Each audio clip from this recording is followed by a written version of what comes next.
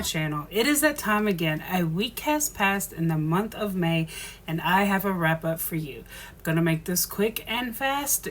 My books that I speak about, that I read, are normally for people over the age of 18. If you're under the age of 18 and you watch these books, you read these books and you get in trouble, do not send them my way.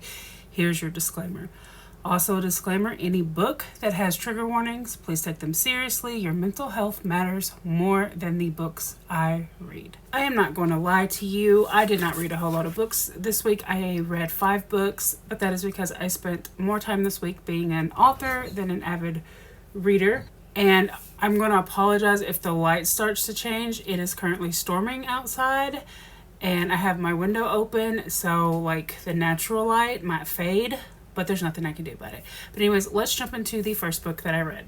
All right, the first book that I read this week was actually on my TBR for last month, or my hopefuls list for last month that transferred to this month.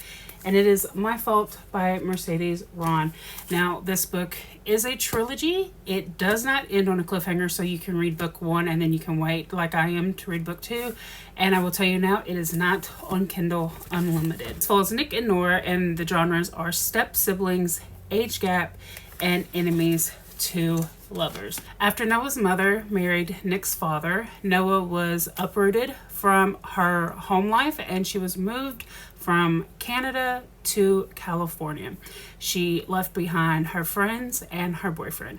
Now, Noah did not want to go. Like any other 17-year-old child out there, she wanted to stay with her friends, she wanted to stay with her boyfriend, she wanted to complete school there. She doesn't want Nick's family's money, she doesn't want to live in the big house, she doesn't want to go to the private school, she just wants nothing to do with what Nick's father is offering her.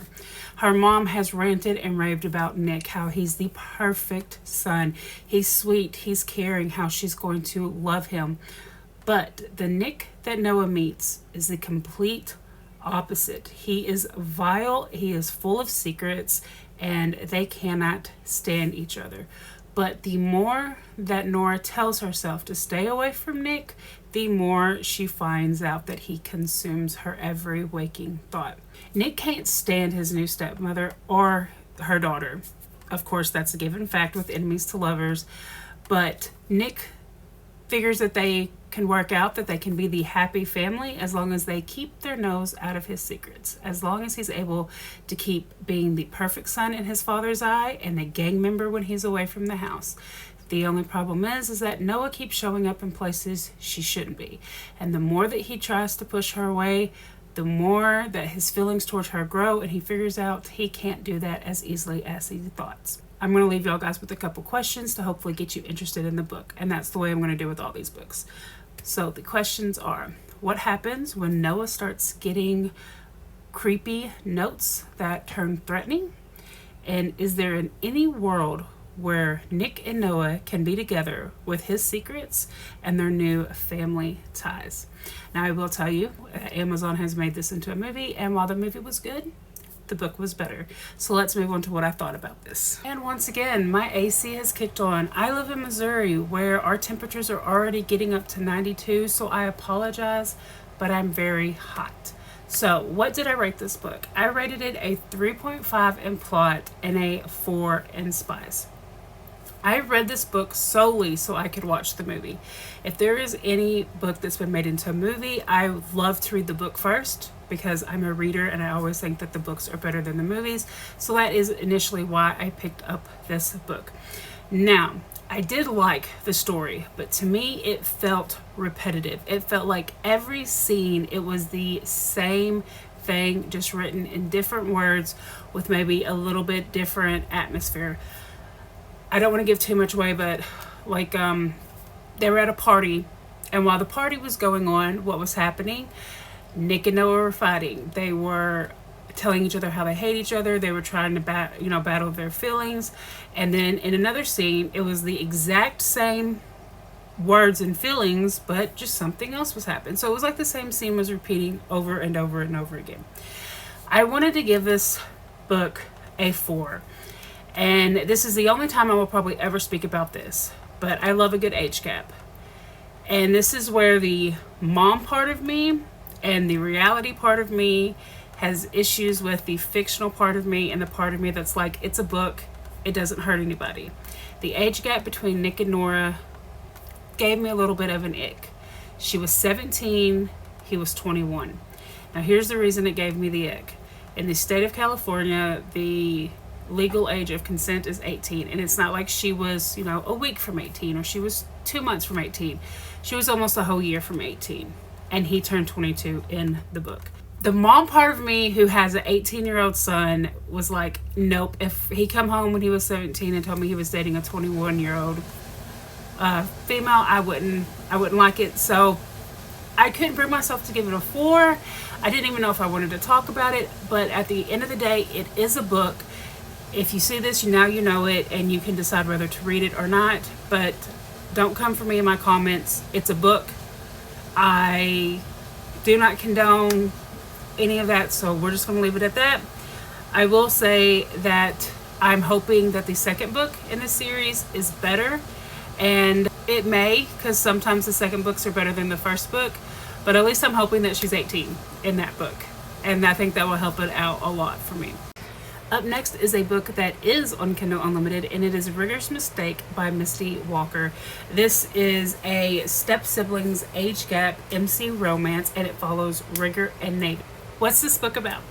Growing up, Rigger dealt with his abusive father by himself, and he dreamed of the day that he could get away, the day that he was stronger than his dad, and the day that he could put an end to his dad's abuse.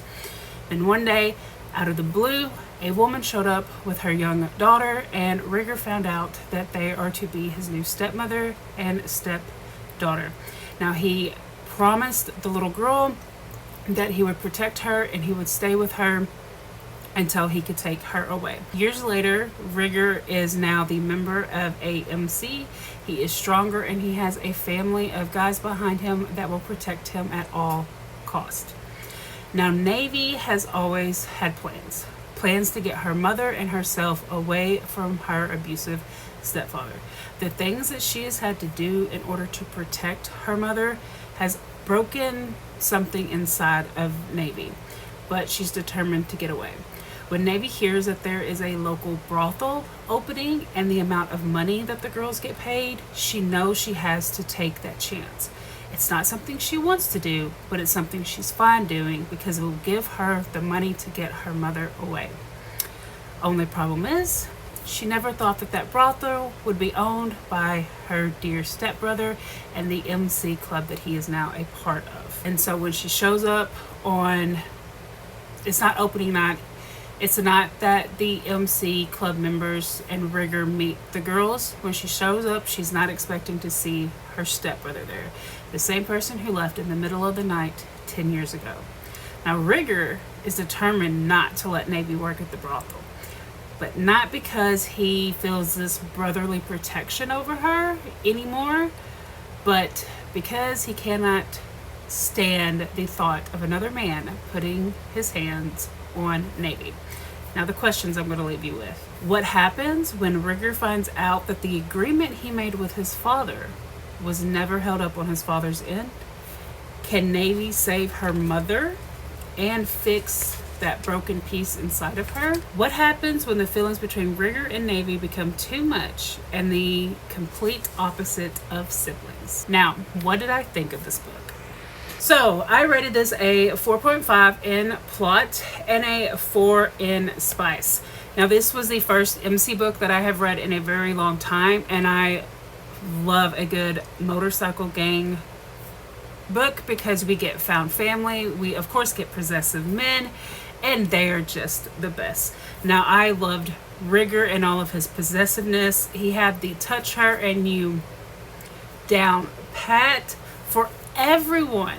And that's what I love about an MC. They not only protect their women fiercely, but they protect the old ladies of the other members of the group. They protect any girls that work for them. They protect the, I believe they're called club mamas. Any female that is around any club in any book, they protect them at all costs. And that is one thing that I love about MC books. Now, Navy is such a strong woman, and the everything that she has gone through and how strong she has kept herself and how determined she has kept herself is amazing. I love a good, strong female main character. Then I moved on to a free novella that I found linked at the end of Rigger's Mistake. I believe if you go find this author on Instagram, maybe she has a link to it. I will try to get you the link to this novella because it's not on Kindle Unlimited. It's not on Amazon where you can purchase it. I will try to get the link to it. If I can, it will be in the description below. But the name of the novella is Mustane's Torment. It is by Misty Walker, and this follows Mustane and Jensen. It is, like I said, a novella.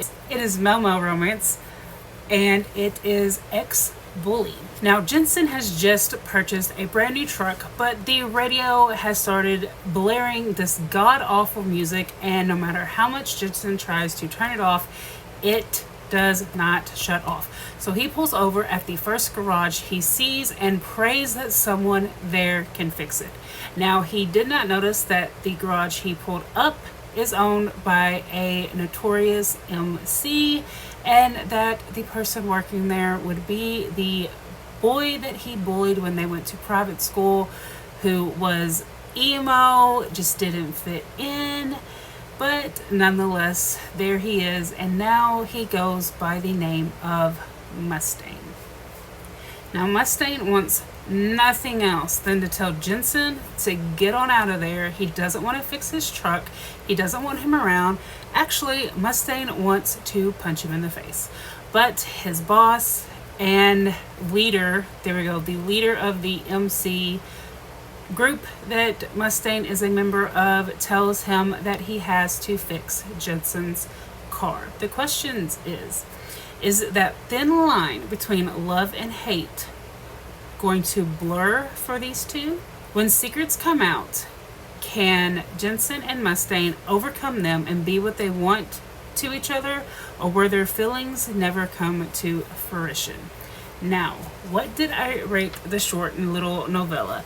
Most novellas, unless I just absolutely despise them, I rate them pretty high, like a 5, because they're perfect for what they are.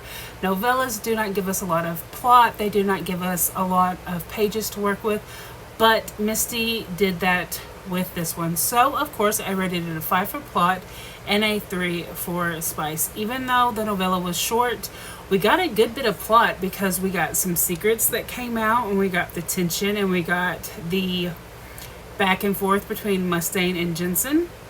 And who doesn't love an ex-bully, enemies to lovers? I do. We got it all. We got the tension. We got the anger. Like I said, we got that suspense plot that I did not see coming. Along with all the tension and the suspense plot, we had some pretty spicy scenes. And so that made a perfect novella for me and a perfect little palate cleanser. I adored this book. Up next, I read Fomance. I believe that is how you say that, in the Falls by J.E. Burke. This follows Jack and Vincent. It is a male kind of enemies to lovers, small town, fake dating. All Vincent's life, he was the outcast of his family. He was the black sheep. He was the illegitimate son that no one really wanted. And he has spent his whole childhood just trying to get the love, the approval, to feel that pride from his grandfather and his father. And he is almost there. He went to law school. It wasn't one of the big Harvard, Yale, Princeton law schools, but nonetheless, he went to law school. Now that he's clerking for his grandfather and his father's law firm, he is being sent on an open and shut case to a small town in Vermont, where his sole mission is to shut down the Fall Leaf Festival, because there is now a claim against that land by one of their clients, and since the town does not own the land anymore, they cannot hold the festival there. Now, Jack is a doctor who just went through a divorce Not necessarily a messy divorce, but a divorce that haunts him nonetheless. Well, Jack has moved back to his hometown in Vermont, where he is now working alongside his mother at the family clinic. And he is also helping his ex's brother, so his ex brother in law, by raising his nephew while his ex brother in law is being deployed.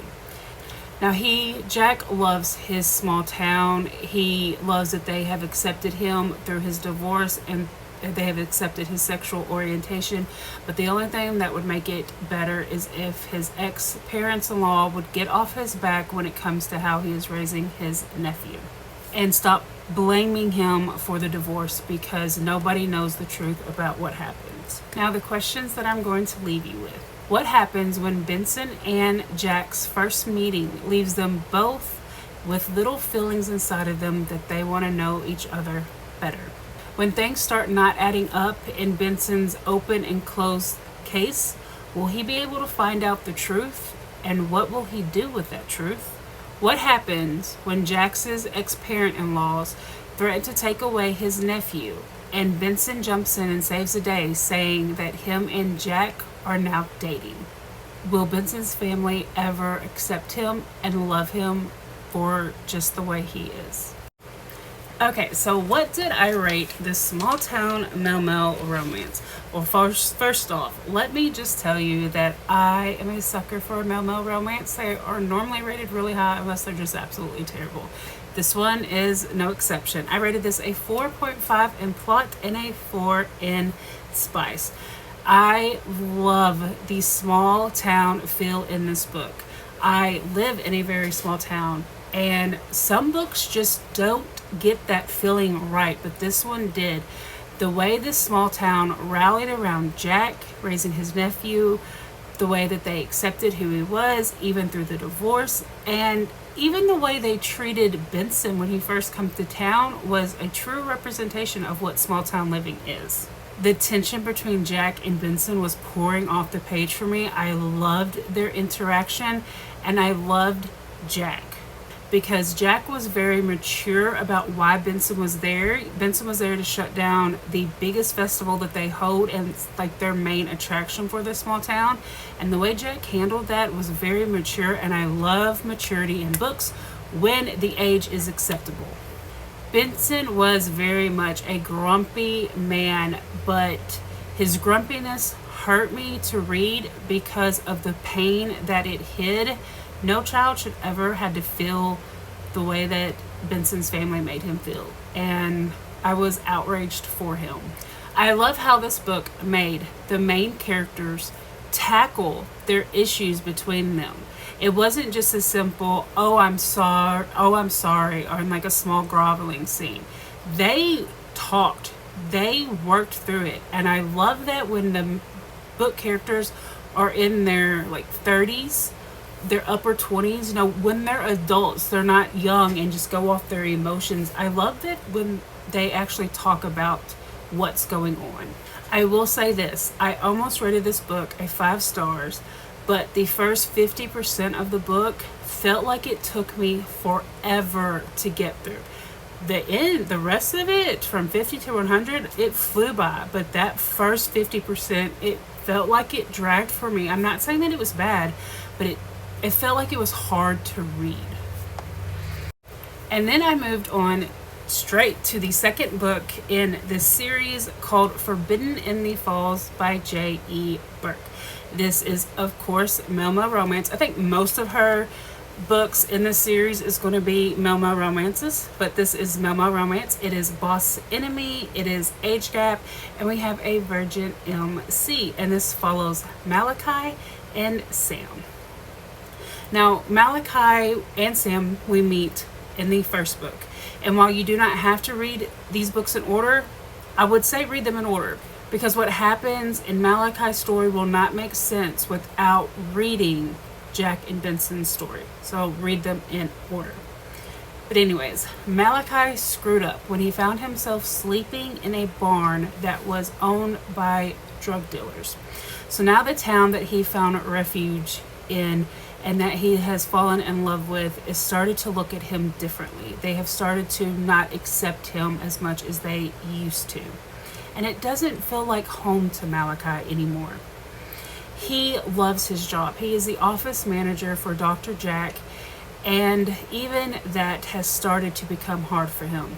But not because of what happened in his past, but because of Dr. Sam, who is Jack's best friend, who has come to help them temporarily in the busy season. And Malachi has found himself obsessed with Dr. Sam, and Dr. Sam has starred in all of his wild fantasy dreams. Malachi feels like he has to get out of town. He has to get away from Sam, he has to get away from everything, and he has a way out. He has been accepted into a medical program, but there's only one problem. He doesn't have the money for tuition. Now, after Sam's husband passed away, he was left with guilt and pain, and he made a vow to his dead husband, a vow that he plans on not breaking. Moving to the small town to work with his best friend was supposed to be temporary. It is going to be temporary. It has to be temporary for Sam. It was also supposed to be relaxing, but it's turned out to be anything but. Because Sam has found himself insanely attracted and feeling things towards Malachi that he has never felt before. He wants to help him, he wants to be with him, he wants to take care of him, but Sam can't. He won't allow himself to. What happens when Sam finds Malachi living in his car? When Malachi has the opportunity to earn the money for school, will he take it?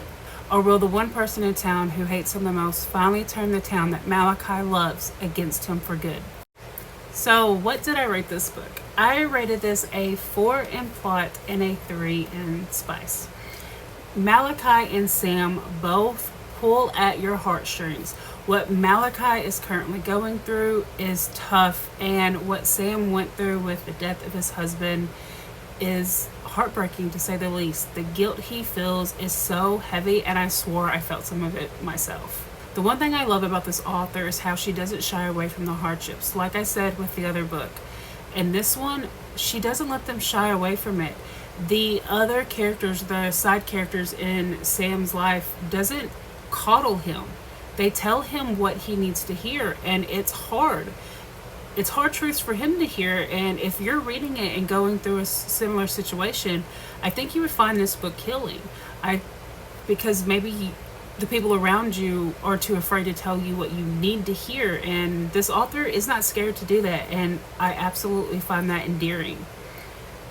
Once again, the small town feelings came through strong. The town realizes that it messed up, and it made up for it in a huge way. And it also did that in the first book. When the people in this town realized how wrong they was, realized that they made a mistake, they make up for it in the best ways possible. I loved watching Sam and Malachi's love for each other heal them and allow them to be what each other needed in that point of their lives. I don't know if I said this before, but this is free on Kindle Unlimited.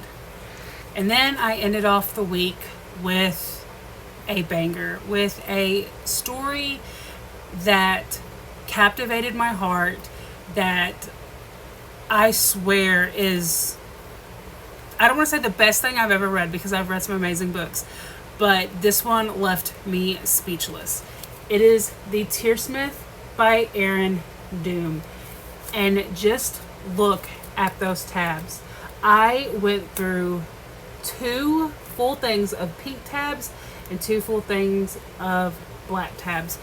And let me see if I can find this. When I'm saying that I underlined pages of things. Let me find one. Like here. Like it was paragraph after paragraph of amazing words. So good. Let's just jump straight into it. This follows, I'm going to say his name wrong. It's Regal and Nika.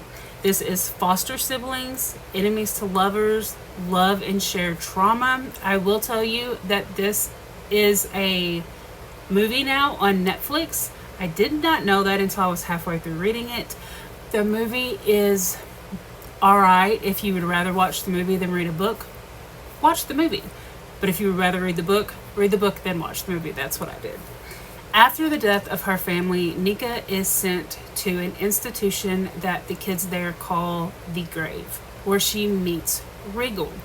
He's a boy that was left at the gate when he was only a week old, and the matron of the institution at that time named him Regal, and he was her favorite. Now, Regal hated Nika. He picked on her, he tormented her for year after year.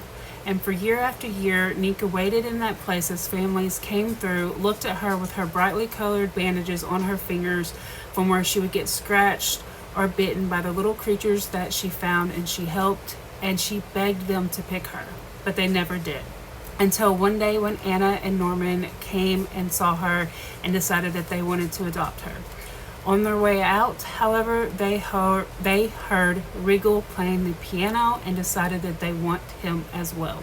Now, Nika is living with Regal outside of the institution, and she doesn't like it. She wants her fairy tale, and Regal is not a part of that, and she's afraid that he's going to mess it up.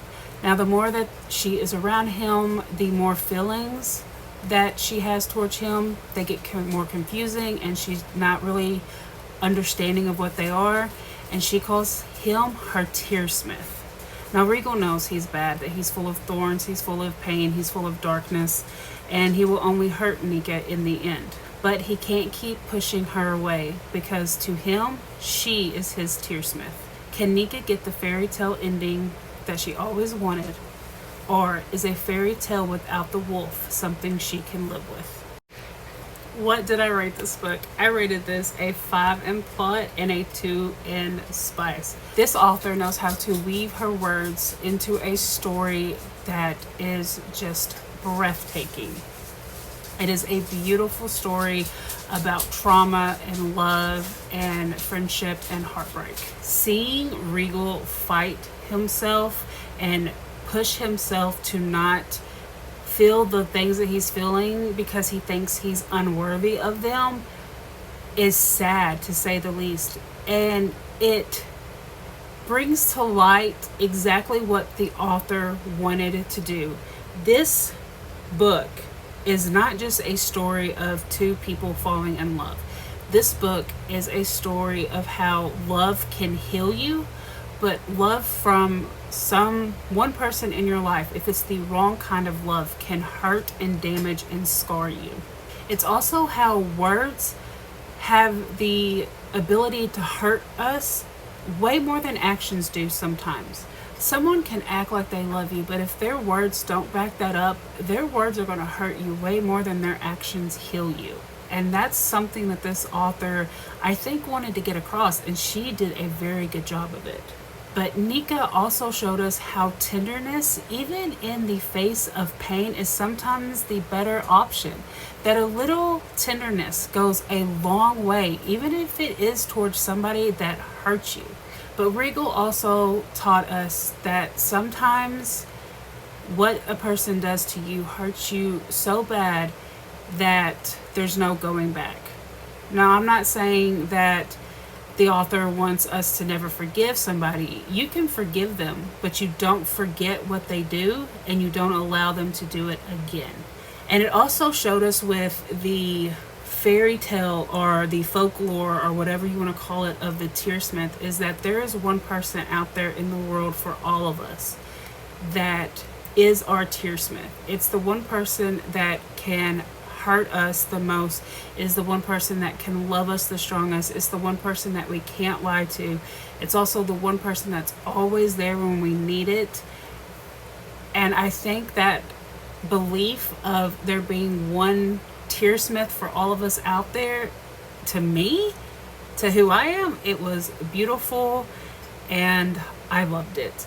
Unfortunately, this book is not on Kindle Unlimited, and I looked it up before I started this video, and the Kindle version is just as expensive as the paperback version. I think I paid $10 for mine in stores, so if you see it in a store near you and this sounds like something you're interested in, please grab it up. It is long. The words are very small. It took me a day and a half to read it. Yes, I took breaks, but it was so worth it, at least for me. All right, that's it. That's the 5 books that I read this week. I do want to put out there that if you do pick up any of these books because of what I said about them or my thoughts on them and you happen to not like it, please don't come for me in the comments. That is the great thing about the world and about being readers, is we each form our own opinion on things. You can read the same book as me and you cannot like it and I can love it, and that's the great thing about it. There are opinions, and as long as we don't use them to harm anybody, there's nothing wrong with them. If you like this kind of content, please stick around. I do have a couple more videos in mind that are not just, weekly wrap-ups. I'm going to start talking about some of my favorite series. I'm going to start talking about my own books. So if you want to stick around and help me grow my channel, please subscribe. If you like this video, please leave a like. If you want to talk about books, just say hi, or even leave me a recommendation. Please put it in the comments below. I love when people recommend me books. Anyways, I hope that you have a lovely day wherever you are in the world, and I will see you soon. Bye.